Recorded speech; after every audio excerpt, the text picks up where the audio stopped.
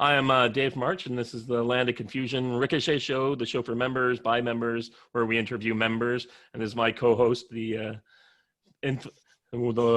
former rock band, Don Tillman. I'm Don. I'm in Palo Alto, California, where it was a smoky day this morning, but it's cleared up mostly today. And good. We can like to follow up on that. And today we're talking to Brian Watt, one of the three famous Watt brothers from Ricochet, and getting to finally meet him. So I just wanted to say, so you guys are both in California, from what I understand. And how is what's going on? I didn't know we had multiple Watt brothers. Oh yeah, there's three of us. Three. Doug is my oldest brother, and he's the former Portland policeman. Who is pretty much on the main feed every day. And then there's my brother Don, who just joined Ricochet a few months ago. So he hasn't been as verbose as my brother and I, my brother Doug and I. So, but I anticipate that, as time goes by, you'll hear a lot more from him. So. That's great. I didn't know we had brothers here. That's great. Yeah, we should probably write some sort of political tome together. So either that or a group of Germanic horror stories. Yeah, that was my next thing I was going to go for. It was that one exactly. So and where you are right now? I am in Orange County. Orange County, okay. Where it's it's a beautiful day. It's not, the temperature has gone from the mid 90s down to the mid 80s. So it's a little bit more tolerable. I don't, as you can see, I don't have a fake background behind me. Right. And like some people. And unlike, say, James Lilacs, who does the Zoom cast, and, parts of his body will kind of disappear. I just wanted to warn everybody that about 25 miles south of me, as the crow flies in Oceanside, California, the U.S. Marine Corps has an ammunitions range. And every once in a while, they do practice sessions. In fact, I heard a few sonic booms today. And so it travels quite a bit, and it actually will rattle the house from time to time. So, so because I don't have a fake background, if you see a body part just disappear all of a sudden, it's probably, it's probably not, anything to do with Zoom. I'm just saying. Okay. I'm looking forward to that. That sounds fascinating. Yeah. Oh, it's very fun when it happens. Yeah. And how close do the fires get to you? Well, a few years ago, we had probably I want to say maybe 12, 15 years ago, we had a fire that was only about 4 miles from the house. Yeesh. So, every once in a while, the hills will dry out and you'll get something, yeah. But the recent fires? The recent fires the most recent fires in the last few weeks have been up actually well north of us in Simi Valley area. I'm down in South Orange County. So, right. There was one like east of Riverside, right? Yeah, so we have a mountain range just north of us here, where Saddleback Mountain is. And on the other side of that mountain range is Corona, and then beyond that is Riverside. Okay. So we're a ways away from that. But as the fire season kind of gets going, every once in a while, you'll wake up to kind of orange sunrises and, kind of a brown haze in the air. So. These fires are just really getting annoying at this point. Yeah, well, it always cracks me up how, Governor Newsom and prior to that, Governor Brown would immediately blame it on global warming. Right, right. Really, nothing to do with their terrible mismanagement of forests. Exactly. It doesn't have to do with, land management and clearing of brush and everything. But no, it's global warming. Sure. Thanks for the fact they haven't made any new reservoirs in how many years or something like that? Yeah, there's that. Yeah.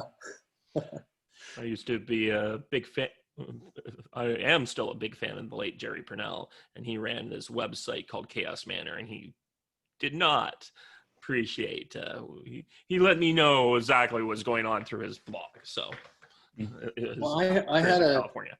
I had an old friend of mine on LinkedIn who, I think it was, oh gosh, what was it? It was the fire in Northern California that was sparked by a PG&E power station. And Yes. he posts this story, and with the link to the news item about the PG&E power station, and he starts going off on global warming. I said, dude, it had nothing to do with global warming. Yeah, that was near Chico. Yeah, That one 2 years ago. yeah. That was literally started by a power line. Yeah, was it the Paradise Fire? Was that it? Yes. Yeah. Okay. Yeah. Okay. I'm still with it. And that was the one that Ron Howard has just done a movie. Oh, really? A documentary called Rebuilding Paradise, I think. Oh, okay. And I have not seen it yet. Movie theaters don't work yet around here. I think we have to stream it somehow. I'm not sure about what we have to do to see it. I remember movie theaters. Yes. Oh, you'll be happy to know I went to see Tenet yesterday in an actual movie theater. And movie theaters are very well open here in Ontario. is that the new Christopher Nolan film? Yep. Yeah. Is it good? Yeah, it's okay. I don't think it's his best work up. I thought Inception is probably his best movie. It's like, I know people. It's one of those ones like Interstellar, where either you love it or you hate it. Mm-hmm. So, I'm going to be joining a round table panel Thursday night where we're going to argue over it. And I'm like, this is just going to be like the before times when we would get together and argue about movies instead of not. Yeah. So, do you want some bio information on me? Oh, yeah. We love that. We love that. So I'll start with the traditional questions. Where were you born? So I was born in La Jolla, California, just north of San Diego. My father at the time had gone back into the Navy after graduating from the University of Portland, where he graduated as the outstanding senior of his class. Mm-hmm. And he was awarded a Fulbright scholarship. He studied in Florence, Italy, for about a year and a half with my mom, studying international politics. He then went back into the Navy and was essentially training South American navies on how to operate a submarine. He was a submariner during World War II. So he did that for a time. So as a result, the family moved down to the San Diego area, where Don, my other brother, and I were born. From there, we shortly there, we moved to Washington, D.C., because my father went into Naval Intelligence School to learn how to be a spy, and learned how to tail people in D.C. without being detected. Learned about encryption technology at the time, which was fairly basic, I would imagine. Then eventually he was assigned to the embassy in New Delhi, India, as the assistant naval attaché. And so the family moved to India. So I didn't spend, in my early years, I didn't spend a lot of time in California. I was whisked to DC, and then we sailed to India. Lived in India for 3 years, about 3 years. And then we moved back to California, to Northern California. And we've kind of hopscotched all around Northern California. So I was essentially an aerospace brat. My father ended up retiring as a vice president of sales and marketing for Lockheed Marine. And my brothers and I went to several grade schools and high schools. I went to the same high school. We all went to finally a Catholic high school in San Jose. Oh. And I think I went, if at last count, I think I went to 6 different grade schools when I was growing up. So I was always the new kid. It's like, hey, let's go beat up the new kid. So but it was interesting. I mean, so I'm very familiar with California. I've lived all over California. You know, we lived in the Bay Area for quite some time. I went to college at San Jose State University. While I was going to college, I worked one summer up in Lake Tahoe as a blackjack dealer, and did that for 3 years. Then I came back down to the Bay Area and hooked up with a buddy of mine, and we started a small little ad agency boutique firm where I did, there was this kind of budding industry growing up called Silicon Valley. It hadn't even gotten that name yet.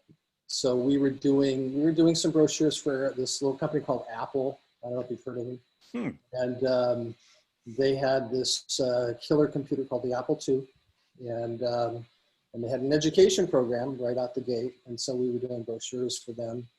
So that was interesting. So I kind of cut my teeth on advertising and marketing and graphic design and writing at that time. So eventually I moved down to Los Angeles by myself, and you know, hooked up with some buddies of mine in high school, got jobs as an art director, eventually a creative director, worked at UCLA for about 3 years in their marketing department.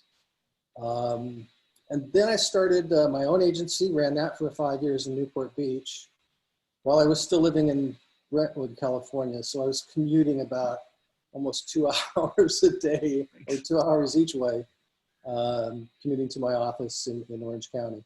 And then I got into high-tech marketing and leading teams of product managers and marketing people and launching you know, hundreds of, you know, tech products, starting with image scanners and then into Wi-Fi networking stuff.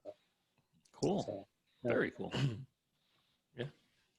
That's my life in a nutshell. And Okay. I just essentially have recently retired. I still do freelance marketing on the side. So, yeah. And of course, I'm always on Ricochet. Okay.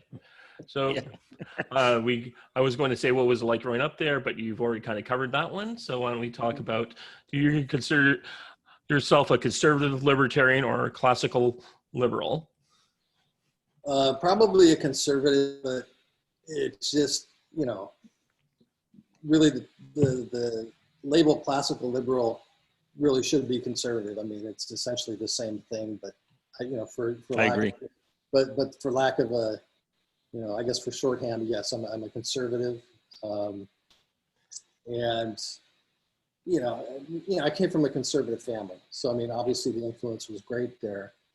We had my dad was, since he was a skilled debater in college and on the debate team, and a philosophy major, and read the great books, and was very, very well read, as well as my mother. We would have some pretty lively discussions around the dinner table, especially as I got into my teenage years. And it was good because most of the discussions and the debates around the table, never personal. It was just, are you presenting, you know, a good logical argument? Mm-hmm. And if not, then, you know, you could be rained up one side and down the other. But that's how, that's kind of the grounding. And then, you know, I lived up in the Tahoe area. I would buy books and magazines and buy books from this little known order company called Barnes and Noble. I'm not sure if you guys have heard of this. No, can't think of it. This is before they had chain stores around the country. They were essentially a mail order operation out of New York. This is how old I am. So, so I would buy books by the case and then just, you know, start reading. And, you know, I had the luxury of, you know, in between going over to the lake to work as a dealer, I have a lot of time in peace and quiet in my folks' little cabin, to just, you know, breathe and think and, you know, listen to the river and that. So, yeah. Cool. I think for me, there is still a bit of difference between classical liberalism and conservatism. And in America, it might be much more closer together than it has been, but definitely being from Canada and seeing some people from the other, especially Europe, looking at some of the European parties, there's definitely more of a conservative ideology going on that is distinct from the classical liberalism, like in a reactionary politics, certainly. Like, I think folks like Jordan Peterson will just define himself as a classical liberal. And that's fine. I mean, he's certainly qualified to call himself whatever he wants. I think conservative in America obviously has to essentially be defined around the movement, especially in the mid '60s with Bill Buckley and everyone else. Who essentially and Russell Kirk and all those folks who essentially designed the parameters of what really should be a conservative in that period when they kind of took issue with the John Birchers and everything, and essentially expunged them from laying any claim to that name of conservative, so that title. I guess to me, conservatives often means that you're trying to preserve things. And unfortunately, in America, conservatism is great because you're trying to preserve the American Revolution and those ideals that come from it. And you have also a bit more in Canada, the similar situation where we're trying to, the stuff that came out of the Glorious Revolution and that. And then you have people, but then you go to say the Soviet Union where there would be, Stalin was a very conservative guy in some ways. So I guess it's just a difference there. It's what you're trying to conserve versus some people I would think on the classical liberal spectrum are not necessarily interested in conserving things. Other than 2020 will be the real test as what conservative and conserving means, especially given the mayor of Washington, D.C. and her commission to look into the number of monuments of the founding fathers and that she wants to remove and relocate. I would say that conservatives will be tested this year like no other time. So I think it's easy to get lost in the word. That's true. Words here. As an example, during Revolutionary War days, we referred to patriots as, and now we talk about patriots.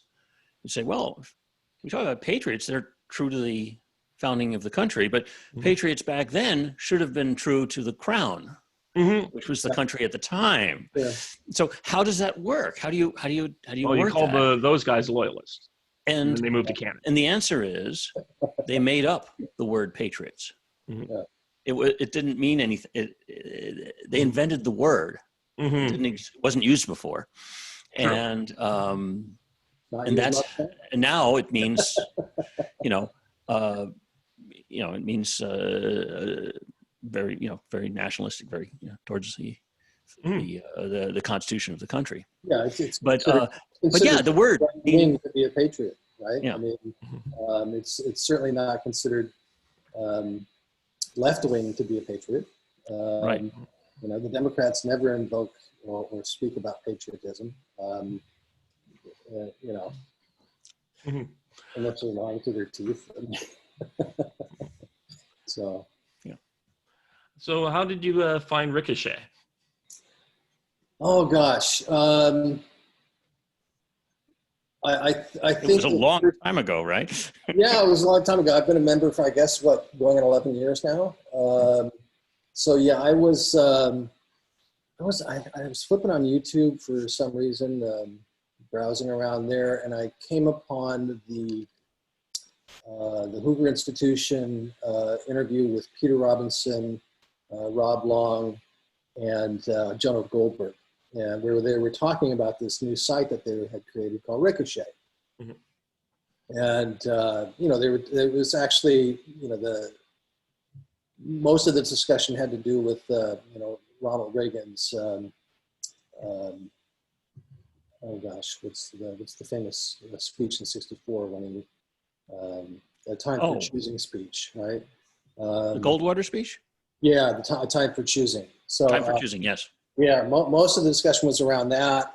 And then at some point in the discussion, they kind of briefly mentioned this thing called Ricochet. And I thought, I got to look into that. That sounds interesting. So I was hooked ever since, and I've lost so many valuable years being in the time suck of Ricochet. So it's Ricochet's fault that I'm not getting anything done. Now, I would like to know about the doggy in your avatar. Oh yeah. So that was my late golden retriever. Oh, man. She was named Mai Tai, and because it's always important to name pets after drinks. Yeah, she was. Actually, I know a number of. I know a gold. They're no longer alive, but a golden retriever named Hennessy and a golden retriever named Doers. So yeah, it's a good theme. I like this. Yeah. So, yeah, we had her for about 11 and a half years. She eventually went blind and just couldn't really function very well. Yeah. I had to put her down. It was like the worst 2 or 3 weeks of my life after I had to put her down. But wonderful animal. Yeah. So I stole one of her pictures and I slapped the mask, the COVID mask on her. Right. Which I suppose I should take off now. So if we want the country to open up, I have to start. You have to start with the golden retriever. Yes. Mm-hmm. So, yeah, I have to follow Idaho's example. So. Yeah. I know I know the feeling. I lost my golden retriever a year ago, a little more than a year ago. Lived to age 12, I guess. Yeah. And dog's life is just too damn short. It's just too damn short. Yeah. Too damn short. Absolutely. And she was just, my dog was like 85 pounds of unbridled love, Yeah. And it used to crack me up because she had this, a very big, booming, resonant bark, and I have behind me is a cathedral ceiling, right? So the acoustics in here are pretty amazing.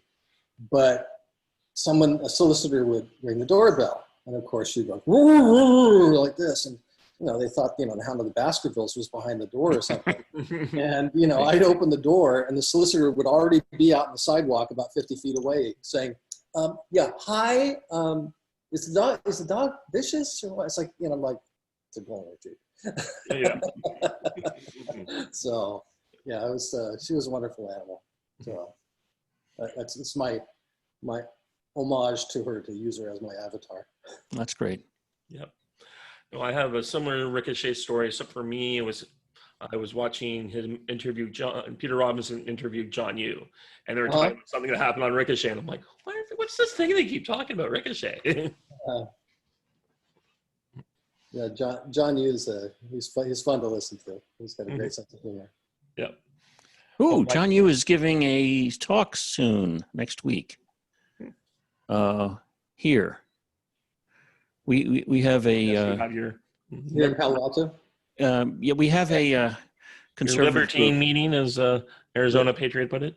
Yeah, we have this. We have this group here it used to be called the Conservative Forum. They've renamed it to the Liberty Forum, and they bring in a speaker once a month, and it's usually a A tier or B tier. And next one is John Yoo. I think it's going to be zoomed, so I'll blip out a link to it. But yeah, they had Candace Owens recently. Rob Long spoke there a year ago. Is this on the Stanford campus or? It's in Mountain View. Oh, okay. At least before the virus. Mountain View at a hall near downtown. That was one of my other gigs. Is I worked at Stanford, so I lived in Menlo Park. So. Oh yeah. Yeah, and my brother Don lived in Menlo Park as well. So. Right now? No, he lives in Tucson now. Oh, okay. But yeah, no, he lived for years and years. He lived in Menlo Park. Yeah. Oh, so. That's great. Yeah, that's right. It's the town next door to me. Yep. That borders Stanford on the other side. Okay. But yeah. So anyway, they have. I should post more about them because they do some great work. They just have these wonderful speakers, and if Silicon Valley can have such a thing, every damn town should be able to have this sort of thing. Mm-hmm. Do people out there, do you have a conservative group that brings in speakers once a month or something like that? And if not, why not? Maybe you should talk to Scott Immergut and see if this group can be recorded and that can be put on Ricochet on a regular basis. So, it's a thought. Oh, you mean the ones we do? Yeah. They're available. They're taped. Okay, but Yeah. but maybe they should be part of a Ricochet, regular Ricochet thing. Yeah. I'll ask him. But yeah, I mean, What? Yeti. Yeah. Well, I can say that in the future We call him Yeti Blue. we're going to have Blue Yeti Well, on. that's the Yoda version. I'm thinking of saving him up for like our 20th episode. Oh, Okay. I didn't know we were counting. Yeah, I am. Yeah, Yeti's good fellow. Good fellow. And I guess we can just get back into the general thing of talking about things. So, Brian, you mentioned that you were one idea is that you've had your gradual conversion to the Church of Trump. This is true for anybody who's been on Ricochet for quite some time. They know that I was a fervent never Trumper during the primary. After the essentially conceded defeat, after the primary was over and Trump was the nominee, I kind of, was much quieter, watched how things evolved. I did not vote in California, in very, very deep blue California, where it was pretty obvious Hillary was going to win. I did not vote for a presidential candidate.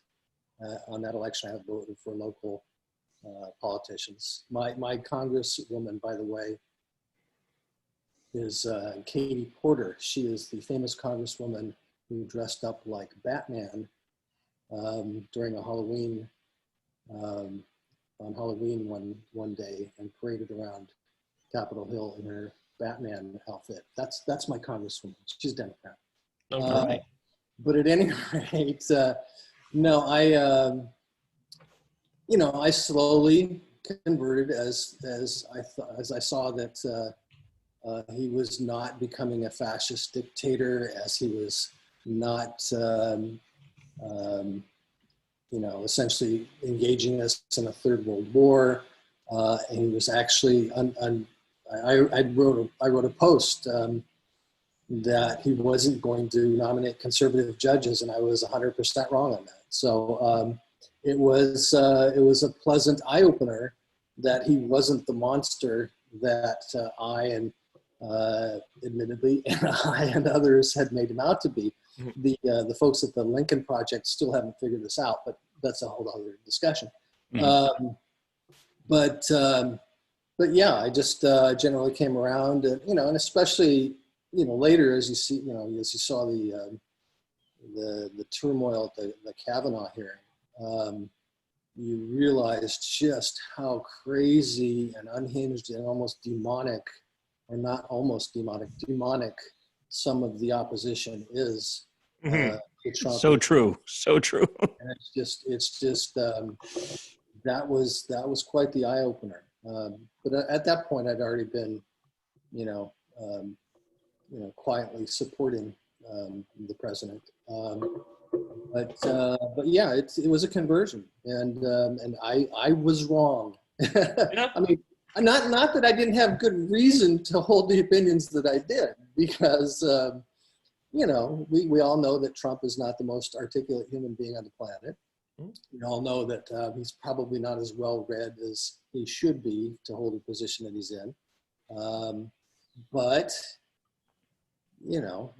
at some point, you have to realize that it's like, of all the things that he's accomplished in the last almost 4 years, it's pretty amazing stuff. He essentially obliterated ISIS. That flourished during the Obama administration. The economy spoke for itself until COVID arrived. on and on. I mean, it just, he's marginalized and contained Iran, rather than, being a benefactor to them. And it's quite amazing, the things he's done. Now, you won't hear any of this in the mainstream media. They won't talk about any of that because they're in the tank for Remember when he brought peace to the Mideast? Yeah. And no one even remembers that. It's just so lost in the. I responded. So as you probably heard, Jim Gaffigan, the comedian, went on his TDS rant where he just sounded, like a blithering idiot. And, and I like Gaffigan as a comedian. I think he's hilarious. I haven't seen his latest special because I hear it's a little dodgier than some of his earlier work. But in this rant, he went after Jared Kushner, and he said that he's just, he's a do nothing and and I said, and he spelled his name wrong. He spelled it Gerod. And so I corrected his spelling, and I said, by the way, I said, just so you know, I said he was very instrumental in getting this peace deal with the United Arab Emirates and Israel. For what it's worth, that may trigger other peace treaties with other Arab nations. Right. So whatever, but go ahead with your rant. I mean, it's sad to see someone who you thought was on the ball and could actually construct a coherent argument. And he's a talented actor too. In Chappaquiddick, he was wonderful. Just kind of melt down like that and sound like a blithering idiot, and sound ignorant about just basically what was going on. And I don't know, it was sad. It happens, I guess. Yeah, we all have our bad day. I mean, I kind of looked back on the post I sent up yesterday on the Ricochet. I got to the main feed, but looking back on it, I'm like, did I really need to send that up? But hey, we all have our moment where we're just like, what is the matter with you? But yeah, so that's so I've converted to the Church of Trump, as they say. I think the biggest win is that he's not a politician, a professional politician. Mm-hmm. Yeah. And we haven't really seen that before. We've seen people with careers, certainly, but not someone who just every once in a who's while, never been a politician before. The occasional general like Grant or Eisenhower or something like that, but there's politics within the military for sure. Mm-hmm. And a very successful businessman in many fields. Many fields. You couldn't have a more stark contrast, if that's correct grammatically, between Biden, who's been a career politician who hasn't achieved anything or done anything of significance. Right. You know what? I'll say that. Biden has done things of significance. Now, looking back on those significant things that are not good, like the crime bill, the 90s crime bill, that's definitely got his fingerprints all over it. Point taken. But here's a career politician that essentially has, made millions for himself and his family through graft. As the former defense secretary for Obama said, has been wrong in virtually every foreign policy matter, and now is struggling with cognitive issues. Mm-hmm. And here's just in the last few days, you look at the travel schedule of Donald Trump and where he's been in the last week, right, compared to Joe. And it's just, he had to take a nap after he went to Pittsburgh. He had to, his staff pretty much shut down everything and said, no, there's no, meetings with anybody. We're just gonna, the candidate's just gonna stay home for a day. It's like, because he's exhausted that he went to Pittsburgh? Really? Okay. Well, I recently unsubscribed him off of my Twitter because I haven't used Twitter in forever, and I'm just starting to dip back in a little bit. I had Bill Kristol showed up on my Twitter from back when he was a bit more normal, and he said what Biden and Kamala need to do is they need to get down to Wisconsin, Kenosha, Wisconsin. They need to meet with all the families. They need to do all this thing. They need to do all this glad handing. And I saw several other prominent lefties doing saying these common sense, good ideas. I may not like the idea because I don't, essentially what Trump did, and instead he goes to Pittsburgh I and think, has an act. yeah, he goes to Pittsburgh and then announces that he's for fracking, which he'd never been for, just to get the blue collar vote in Pittsburgh, or try to.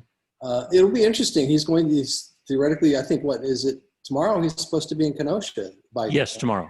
Okay. so that We'll see how that goes. yeah, we'll see how that goes, because I just have a feeling that some Trump supporters may show up if he's out and about, walking the streets. Oh, and man. that could get very interesting. So in terms of the questions hurled at him, or maybe even from the local media, if they're allowed to actually ask him a question. So, Or are they going to be roped off like during the time under Hillary? And they were all.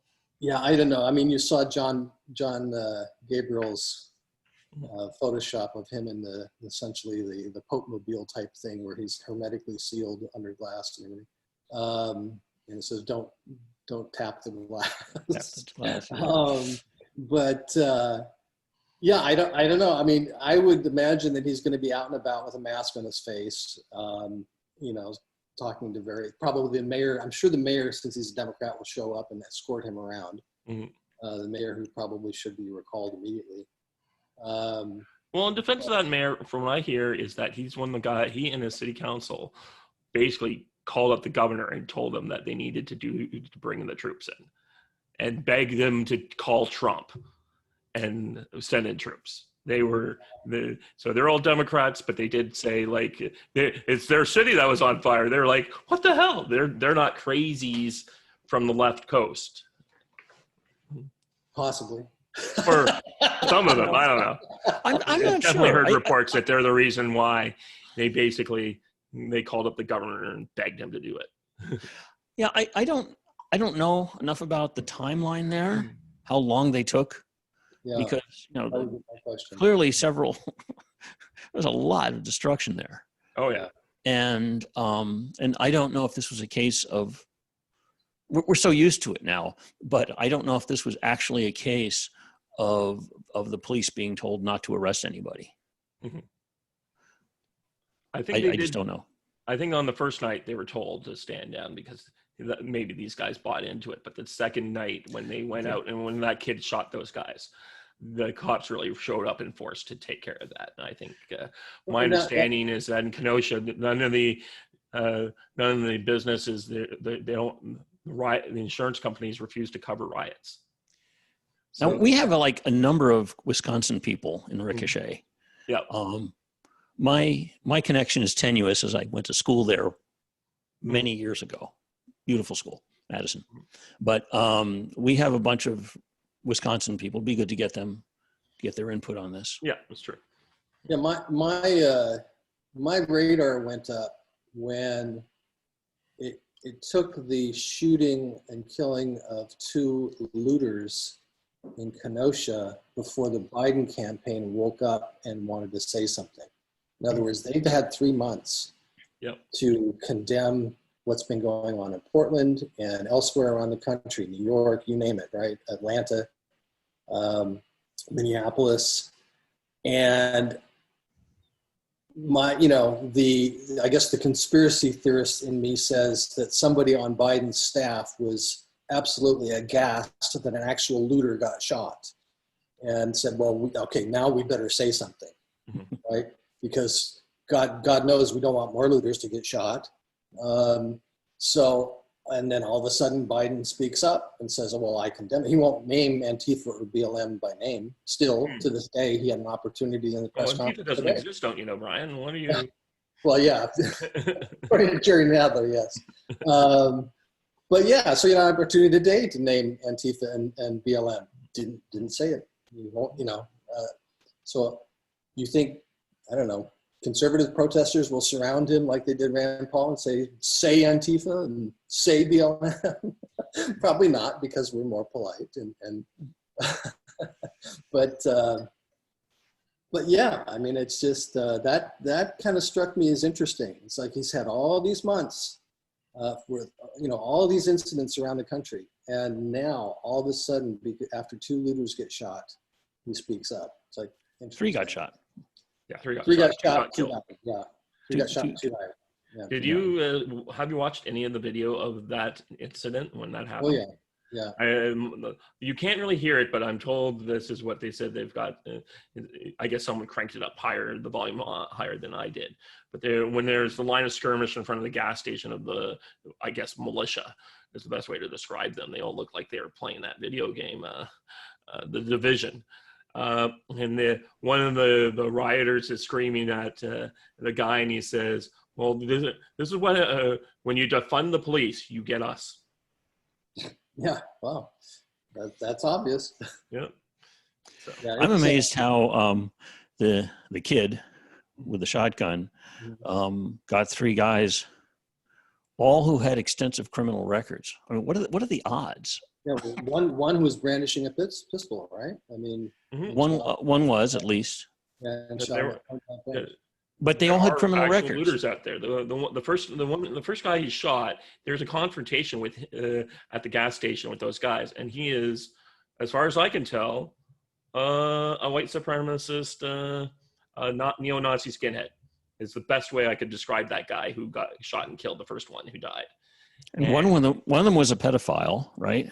Yeah, at least statutory rape. Okay, there you go. I like to make a little distinction on that because I do think there is a difference between going after someone under 12. Sure, we should use that word for that. And sure, but nonetheless, what are the chances of hitting three criminals? Just, I mean, in an eluding situation, pretty good. So it's pretty crazy. As a 17-year-old, so yeah, yeah, it's. I found that after the shooting in Portland, so I put the news conference on with Ted Wheeler and his DA and the chief of police, and I looked at my son's caregiver and I said, okay, I'm gonna watch this, but I want to warn you right now that I'm gonna probably come unglued when I hear the BS coming out of Ted Wheeler's mouth, right? So, and sure enough, he didn't name the victim. To this day, he hasn't named the victim, right? It's like, okay, what was his name? Who was shot? We know that. We have that information, and you won't name him. Did you call the family? No. And then he goes on this tirade about, oh, it's all Donald Trump's fault. It's like, really, dude? 3.5 guys months. showing up to burn down your own condo building. Yeah. There because of Donald Trump. No, they're there because of you. Yeah. So it's, I mean, just the constant lies that come out of these people's mouths, right. And Biden as well. It just, it's not good for my blood pressure. It's probably not good for a lot of people's blood pressure. And so, I mean, there are some nights where I don't watch the news at all. I'll just kind of retreat and put on some soft music or whatever. But as far as network news, you don't. It's so slow. I mean, you get a news story that's breaking immediately. They don't report on it for another day or two. Right. If you want to find out what's happening in the country, especially with the riots and the mayhem, you follow Andy No on Twitter. I mean, that's the best way to find, because he's commenting, he's reporting on what's happening in Portland, and I believe he's probably on the ground disguised in Portland. Mm-hmm. And he's reporting on what's happening in Seattle and Kenosha, because he's got other contacts who are giving him that information. And the quality of his work is just awesome. It's stunningly good. And the fact that he follows up on who these criminals are. Like we said, Don, earlier, a lot of them already have criminal records. A lot of them already are sex offenders, pedophiles, or have outstanding warrants. And to hear the Portland DA get up and say, try to excuse all of this or blame Trump, it's like, really? It's like, you have an opportunity to incarcerate and hold these people in jail, and you turn them over immediately to roam the streets again and start rioting again. Right, because they're voters. Yeah, Right, they're voters. I guess. I don't know. Yeah, I guess. I don't know. I don't know. Unfortunately, there's too many Democrat voters in the Multnomah County area. So, but yeah, it's I don't know. It's crazy. It can get the blood boiling just to listen to all this all the time. A lot of gaslighting going on out there from the media, and it's like, look, like, why do you? I wonder why no one watches you anymore. Yeah. I get a lot of my news from Tim Pool and a few other places. Yeah, Tim Pool is doing some. I've been unfamiliar with him until recently, and I'm impressed. Yeah, for a guy with a goofy knit cap. And he was a very ardent Tulsa Gabbard supporter, and comes from ideologically, left of center. He was a big proponent of lots of social programs. But I think his in the last probably several months, his eyes have been kind of open. The scales have dropped, and he's understanding just how radical and just how dangerous these movements are. And his comments on Twitter are scathing. So it's see, for me, he also falls in the classical liberal ideology. Yeah, well, I would not. Yeah, it's kind of in that squishy middle area. Yeah. But I think he sees the mayhem and the ravenous that's going on. I commented this on Ricochet. It's like, don't put Tim Pool and Ben Shapiro in the same room together, because you'll have to play back the video at half speed. I'm just saying. Yeah, I agree. Both of them have like these very sharp minds, and they're just rapid fire speakers. Mm-hmm.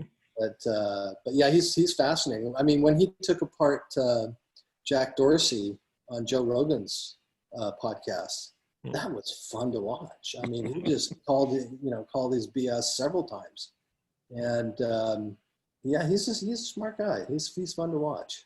So add a link to that. Put a card to Joe Tim Pool on. Yeah, I can probably look into that. Link down in the comments. Yeah. The only thing else I would and I don't want to come off sounding like a conspiracy nut, but as a Catholic, and I would consider myself a wayward Catholic, because there's still a lot I need to do to try to get back into at least a semblance of a state of grace. But as a wayward Catholic, I mean, it's just hard not to see some of the, overt satanic aspects of what's happening. I mean, there are several members of Antifa who are Satanists. There's no question about that. And a lot of this, when you have a country that pretty much discounts the value of life in supporting abortion for 40 plus 50 years, what do you think is going to happen, right? If human life is devalued that much, then all sorts of terrible things start to come off of that. And then you get people like Nancy Pelosi, who claims that she's a practicing and faithful Catholic who is supporting, abortion. You get Joe Biden, who says, abortion under any circumstances, and he passes himself as a man of faith. It's like, really? Yeah. So you start to, you don't have to be that religious. You could be an agnostic. You could be an atheist, but you start looking at this going, oh my God, this is so obvious. Well, actually, now that you mention it, a famous atheist, Scott Adams. Yeah. I think he's atheist. Whatever. It's like 3-4 days ago, he said the same thing. Really? He found all sorts of satanic. He went through a list of satanic messages found in the party blurbs and such. Yeah. And he missed a few. He even missed a few, because it's chock full of them. You can, historically, you can go back further. Yeah. Karl Marx wrote satanic poetry before he wrote Das Kapital and his other works. So it's like, so there was already a bedrock influence there. So yeah, I'll put a link to the Scott Adams thing in there, wherever. Yep. wherever. I don't the know comments on Ricochet were. I don't know which direction these will pop up in the final thing. So, but I guess down there then, I will. I'll pop a thing for the Scott Adams, but he went into that, and sure enough, there were some other sources that followed suit. Victor Davis Hanson, I believe. Yeah. So, that's an interesting topic. Yeah. It sounds kind of goofy to say it, but yeah. Like I said, you could easily be labeled as a conspiracy nut. Right. But have you guys ever looked at Michael Walsh's stuff? Yeah. The Devil's Pleasure Palace, the Cult of Critical Thinking. I have that. Well, I mean, you've got, Andrew Cuomo, who is ostensibly a Catholic, celebrating the passage of the abortion law. I wrote a piece on that on Ricochet. It's one thing to pass abortion legislation and say, well, we still think, women should have if you're coming from that left side of the spectrum, we still think women should have, the ability to, terminate a pregnancy, blah, blah, blah, if especially if it's, going to hurt them a bit or physically, or if they've been raped or whatever. I mean, you can understand that argument, and you can understand the Bill Clinton variant of that, which is like, abortion should be rare. But of course, the minute you say rare, it flags the question. It's like, well, if it's such a good thing, benevolent thing to do, why should it be rare? But when you have Andrew Cuomo, who doesn't quietly sign the law and pass it and say, well, as a Catholic, I'm not really for this, but I understand it. No, he goes out and celebrates it. He lights up buildings in New York in pink. Mm-hmm. It's like, okay, Catholics don't do that. Catholics who are faithful Catholics don't do that. So I don't know if he still considers himself a Catholic or not, but it's like, dude, you just, you're serving somebody else, not Jesus Christ. Mm-hmm. So yeah, it's scary stuff. But yeah, I think there's an aspect to Satanism in some of this stuff. I don't, I'm not gonna, I don't have a board with, thread connecting dots and stuff like that. In defense of Satanism, I do know of there's a guy who calls himself Razor Fist, and he is a Goldwater Republican Satanist biker gang type of guy. And he, what? Yeah, go watch his videos on the internet. I'll put a link into the comments. They're hilarious. They're a little rough, but they're very hilarious, very spot on. He tears into everyone, but he comes from, his brand of Satanism is more heavy metal. Yeah. So that's where he comes from. Came out of the heavy metal scene, so he's kind of Satanist in that regard. But he's not like. He's also considers himself a Goldwater Republican. He lives in Arizona. He has it's a very interesting guy. Yeah. Okay. Sure. Well, we should talk. So yeah, I think the other thing we talked about earlier was maybe touching on movies or whatever. And I made the statement that It's a Wonderful Life is probably the most important film to have been made. And because of the messaging of it, that everyone's life is can change so many other lives, and everyone's life is valuable. And it's like, I mean, there are very few movies that touch on that. And that, in other words, and if the life isn't there, look how it has this adverse effect, ripples through the entire community, right? I mean, Jordan Peterson talks about that stuff like this when he talks about individual responsibility. And in this 2-hour film, Frank Capra just nails it. just nails it.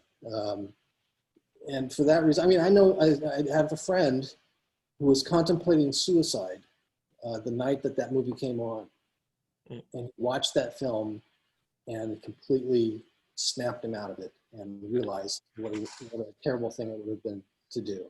Beautiful. So it just, it's one of those movies that it's just timeless. It's just timeless film. So. Good, you saw that, not the final episode of Dallas. Yeah, just like that.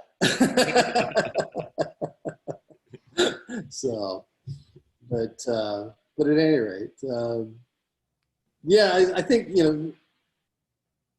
I love being on Ricochet, but oh my goodness, that and Twitter, you can, I'll start at like 8 in the morning or 7 in the morning, and the next thing you know, it's like 6 o'clock at night. And I'll go, oh my God. Dude, take a break. Yeah. So, but it's hard, especially with what's happening with the rioting and everything. It's hard not to get glued. It's like, especially when all these things start occurring, one after the other in various cities, and especially following Andy No, it's like, oh, it's like speaking of time wasting, have you hit thedonald.win yet? No. Oh boy. Donald.win. Okay. Thedonald.win. And up there with going to Antifa.com. Yeah, apparently that got shut down, I guess. So I don't know. I heard it was shut down before I went to it. So I saw it. So. And speaking of shut down, Michael Ramirez, the political cartoonist, just got bumped You out. just posted about that, didn't you? Really? Oh, yeah. Great. Yeah, Michael only lives about, 3 miles from me. Oh, really? He's talented. He's got such craft in his work. Michael actually used to live on the same street that I live on now. He does amazing work. Yeah, we chatted about that. He's a really nice guy. Just, just a very gracious host, and just wonderful to talk to. Yeah. But yeah, it's like, yeah, so he's subversive. Why is he kicked off Facebook? Really? Michael Ramirez, 2-time Pulitzer Prize winner. Kicked off Facebook. Okay. Whatever. And Facebook's the good one. Yeah. You think. Well, I think the what's his name? I can't remember. The head of Facebook does understand. Zuckerberg. But unfortunately, he has to hire all these crazy lefties in your area, and they don't understand. So eventually he gets involved and he can try and fix it. But he's one guy, and he has to hire tens of thousands of people who don't understand that this is a business and they want to make money. Yeah, I don't think it's a regional thing. I think a lot of the Facebook so-called editors could be hired from anywhere in America and or around the world. And I think it's just part of the woke culture. So yeah. There is actually an interesting video that I watched a while back, and it was about these people from the LGBTQ alphabet community, right? And they were upset at YouTube and Facebook because they were being censored. Because what was happening is that they were hiring all these people to do the work, and they're from India and from China and from Pakistan. So when their videos come up, they would flag them. Because they're hiring all these people whose mores are not conducive to the United States or Western Europe, and they're flagging all this stuff, and they're like, whew. And so they have to get their videos they're all pissed off because of that. So it sometimes happens on the other end of the spectrum as well, because they're hiring mid-management's woke, and the just a rank and file is guys from Pakistan. Yo, India, get woke, okay? Yeah, exactly. Dudes. I know. I looked into working at one of those kind of jobs, but I read like what it is kind of like, and it's like before you can even get to the place where you're censoring like political websites, you have to do like a year of just constantly seeing really awful things people put up. Wow. Like people torturing animal pets I, videos, right? uh, yeah, fun stuff. Mm-hmm. Stuff. So what else do you want to know? What Um, other problems can I solve? well, you actually have a bit. You've agreed to talk about your son and how Yeah. you're raising this very special kid, and I was hoping we could Yeah. talk a little bit about that. Sure. Yeah, and I've written about that on Ricochet. So my son was diagnosed as autistic, severely autistic, and mentally retarded. Oh That was dear. the terminology that they used when he was diagnosed at 18 months. Um, and you know, he has a history of elopement, which means he runs away. He has run away from every school he's ever attended. He's 27 now, so he's not in school, but we still have to watch him because he could still take off. He even ran away from preschool at 3 years old. And all of a sudden, uh, a couple of women were walking down this street where cars were going by about 45, 50 miles an hour. And they see this little 3-year-old. And they put 2 and 2 together and they saw the nearby preschool. And they said, I think he's probably escaping from that. So they returned him. But he was at 10 years old. He wandered, he snuck out of the house and got up on the toll road, the nearby toll road here in Orange County. Luckily, some motorists pulled over and got him off the toll road. And the cars on the toll road go sometimes anywhere from 65 to 80 miles an hour. About 3 months after that, he escaped from his caregiver in Lake Forest area, not too far from here. And my wife and I were at the time out of town at a family event, and he got hit by I think it was like a Ford 150 pickup family, and actually an off-duty sheriff's deputy hit him. It was like dusk, and he just ran across the street. A little 10-year-old kid, and the former sheriff's deputy. Or the sheriff's deputy hit him. He said, he goes, I met with him in the hospital after we got back down to Orange County. He said, Mr. Watt, he goes, I don't even want to tell you how far in the air he flew. He was unresponsive after he was hit. A medical technician happened to be driving by and saw the accident, or saw what happened, noticed he was not breathing, managed to take the chance to kind of straighten out his body and get him to breathe, and got him to breathe. And then he was, and I'm up, my wife and I, at the time, we were up in San Luis Obispo in Northern California. And Don knows where that is. I know, yeah. And I get the phone call, and we're at this family event, kind of a cocktail party thing. At I think the San Luis Obispo Yacht Harbor or Yacht Club, and I get the phone call. It says, "You've got to come home immediately. He's in the hospital. I'm not sure if he's going to live." It's like, oh. So we raced down to Orange County. Luckily he did live. He suffered no broken bones except his jaw, which had to be reset. He had no internal injuries. But he was, you'll know why I laugh in a second. And contusions and bruises, and he had road rash on his face and things like that. He looked pretty terrible. So he was in pediatric ICU for about 3 days on morphine. Mm-hmm. He gets put into, and my wife and I were taking time, when he was put into the regular pediatric ward, my wife and I were taking alternating days and nights to stay overnight at the hospital with him. Well, I think because of all the stress and turmoil and everything, one night my wife fell asleep probably around 11:30 at night because she was just exhausted from all the trauma. And my son, who has just been hit by a truck, and he's 10 years old, he gets up and he grabs his little Winnie the Pooh doll, and he grabs the little white tiger doll, and he walks right out of the pediatric ward unseen. And the nurses who were supposed to be at the nursing station were helping other patients, so they didn't see him leave. I mean, he hits the metal button on the wall to open the doors, walks right out, walks past the elevator shaft, thank God, and he goes back to the pediatric ICU ward. And the nurses were at the station, and they kind of looked up and they said, "Oh my God, what are you doing back here?" And my theory was he was there to get more morphine. So that was just, but anyway, he's escaped from, he's been brought back in sheriff's cars several times. He's a great kid. 90%, 95% of the time, wonderful kid, happy-go-lucky. But he's also he has OCD, obsessive compulsive disorder.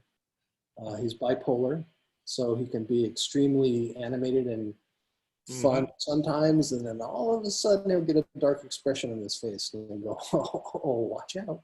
Because at 27 years old now, he's 6'1", and he's heavier than I am, and I'm a heavy guy.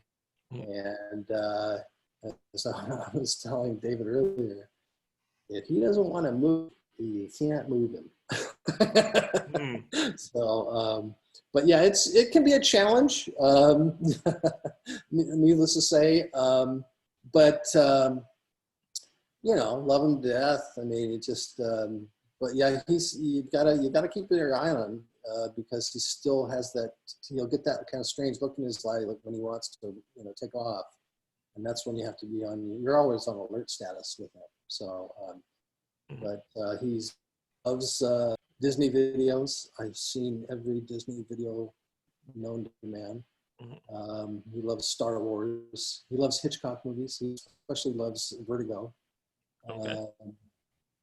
And yeah, he's a handful, but yeah, it's fun, and it's kind of a control freak. So you'll find this interesting. My brothers, who are Ricochet members, were on Christmas, and my brother Doug was on here. I have a sleeper sofa, and my other brother Don was upstairs in the room, and so my son gets in kind of this supervisorial role, where he has to make sure that everything is where it's supposed to be. So we're going to bed, and I go to the master bedroom. My brother goes into the guest room, and Doug pulls out the bed and gets in the hide-a-bed. And he comes out of his room, and he looks down, stares at my brother Doug. It's like, okay, where are you supposed to be? Walks down the hall to the guest, looks into the door to my brother Don. It's like, okay, yeah, you're good. Okay, And it's just like, dude, what are you doing? It was pretty funny. I mean, he just, but he can get a little too control freakish, especially when it comes to, he'll dictate what I have to watch on television if I'm trying to watch the news or something. He'll come down and say, Pinocchio. It's like, no, we're not. It's Dad's turn. Anyway, that's my son. Yep. Okay. Well, we've been talking close to about an hour here, and I think that's a great way to kind of wrap up the show. Normally, we ask one question that kind of doesn't make it onto the survey, but who would you like to see us interview next? Besides your brothers. Yeah, besides my brothers. Well, I'll work on Doug and see if he's willing to come on. Have you spoken with? I don't think you've spoken with Kevin Creighton yet, have you? Which one? Kevin Creighton. No, I don't think so. Yeah, so Kevin is our Ricochet resident firearms expert. Okay. He's very articulate, good writer. He writes often for firearms publications. In addition to posting on Ricochet from time to time. He's a Canadian, so living in Florida. But yeah, you could probably get a lot of good information. I think the other one would be Scott Wilmot. In Texas. Scott is a very interesting guy, farmer, rancher, I guess. E.J. Hill would be fun. Yeah, he'd be good. And I think Percival would be good. So. Percival is shy. Oh, okay. Well, He was one of the first. Our first guest was Rush Babe 49. She wanted to see Percival. Contacted him. He's a keyboard warrior, I guess. oh, okay. Yeah, not, yeah. All right. But yeah, I mean, that's who comes to mind at the time. Okay, good. Yeah. Well, that definitely gives me some leads to follow up on. Okay. Anyways, thanks for coming out and talking to us, and I hope you can. Those who've watched to the end can now learn that he's going to be a guest on the Dave Carter Show next. Yes, tomorrow afternoon. I'll Ooh. be with Dave for a few minutes. So you talking can. about my most We are recent kind of Dave Carter's warm up Yeah. act. Yeah, you guys are the warm up. So I'll take that. Yeah. now I'm pretty much relaxed. You know, Yeah. and I Yeah. Okay. Yeah, well, Dave should what be- could go wrong now? Yeah. Totally. All right, guys. Okay, Well, great seeing thank you. for having me. It's been fun. Yep, this has been great. This is Dave March signing off for Land of Confusion with Don Tillman. Bye-bye. Bye-bye.